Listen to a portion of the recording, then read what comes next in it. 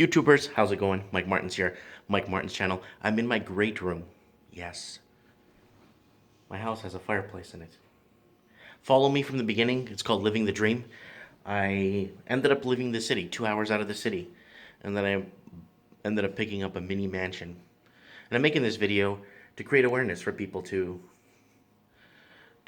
maybe get out of the big cities. Anyways, I got a really good article I want to add here to my housing crisis. Yeah, it's a work light up there, so it kind of looks. Yeah, I got this wallpaper here. It looks really nice. I'm gonna put the lighting back up, and that thing burns like. So bought some wood, so I'm kind of excited. I've never owned a house that had a real burning fireplace. Anyways, I got a really interesting article for you guys. I want to read. Soaring Toronto housing sparks interest in co-owning. So what does that mean? Two, three, four families get in and buy a house, like shares? With single-family homes jumping 36% from 2012, there's an emerging need for a non-traditional home ownership arrangements, says seminar organizer.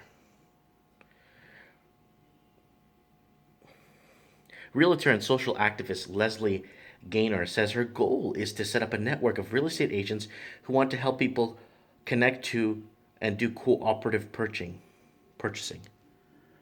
So how does that work? What if somebody wants to sell or needs their money out? It's not like buying a stock where you could dump it the next day. Toronto is not your average housing market, and Leslie Gaynor is not your typical realtor.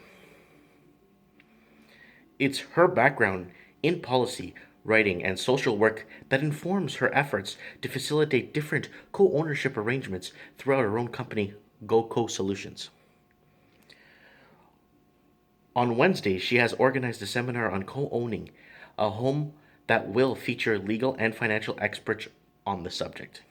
Home ownership has become extremely challenging, with property values for single-family homes jumping 36% from 2012, the average of $770,000 last year.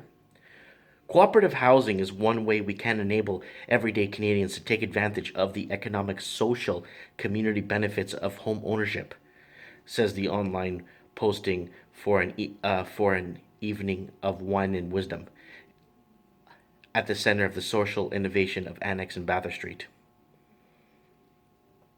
More than 200 people had registered in advance for the event, said Gaynor, the Royal LePage agent and member of the Prudy team that specializes in home co-ownership.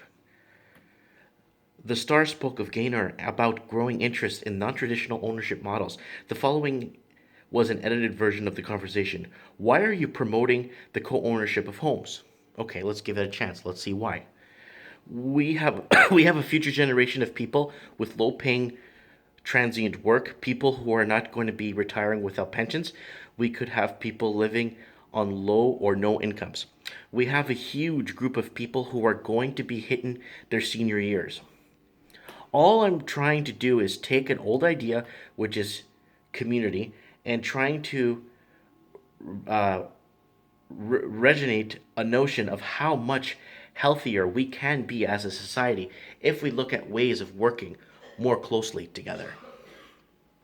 I understand the importance of private property and net worth, but I think we can have some net worth that will create some social engagement and facilitate some other benefits. What kind of co-ownership arrangements are being discussed?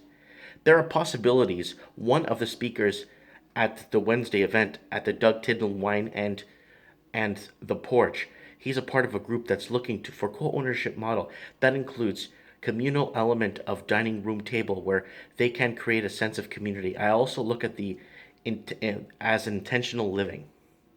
People can make all kinds of decisions about how they want to set up their day-to-day life. That all goes the way where people who want to own their own space, their own life, don't want to be familiar with their neighbors. What about barriers in co-owning a home? So there's lots of questions here on this, and I want to know what you. There's a section here I want to read. Hold on. In a co-owned house, you don't need someone asking, "Did you pay your maintenance this month?" All those issues should be handled by a third-party property manager. So I want to know what you guys think of co-owning. I mean, has it really gone that far? Okay, look, it's not that I didn't want to spend $2 million to buy a tear down in Vancouver. It's no bang for the buck. $2 million. Hulk Hogan, when Hulk Hogan bought his house, and Hogan Knows Best, his TV series, he moved from Tampa Bay, I think, or somewhere in Florida, and he moved down to Miami. Okay, he ended up buying a house for 330 grand on a 15 bedroom with a pool, and and everyone's, wow, that's such a cheap house. That's what it's worth, and that's what I'm trying to say. This house here is almost 5,000 square feet. Look at the rooms that go all the way back. More rooms go back there, and the house is 2 story. Look at my outside, beautiful mountain view. Look at the lights from the skiing in the mountains there.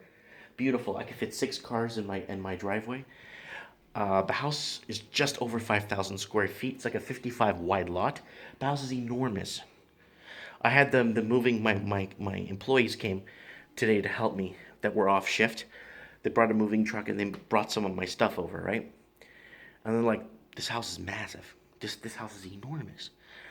And people just can't get over the fact that I paid 270 grand for this. Why? One, because I don't want to enter into a mortgage and have to put down. So basically, the down payment I saved to buy a house in Vancouver just bought me this free and clear. Because I'm not going to get into that slave.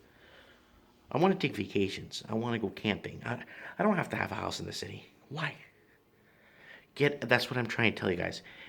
You want to make headway, get out of the cities. Stay 1, 2, 3 hours out of the city. Before you know it, you're set up. Once you get localized, know the people, find a good employment, you can find better employment. They pay more out here. I've already been offered 3 jobs since I've been here. Anyways, I'm going way off topic. I want to know what you guys think. Co-ownership. Co-owning a house. How do you feel?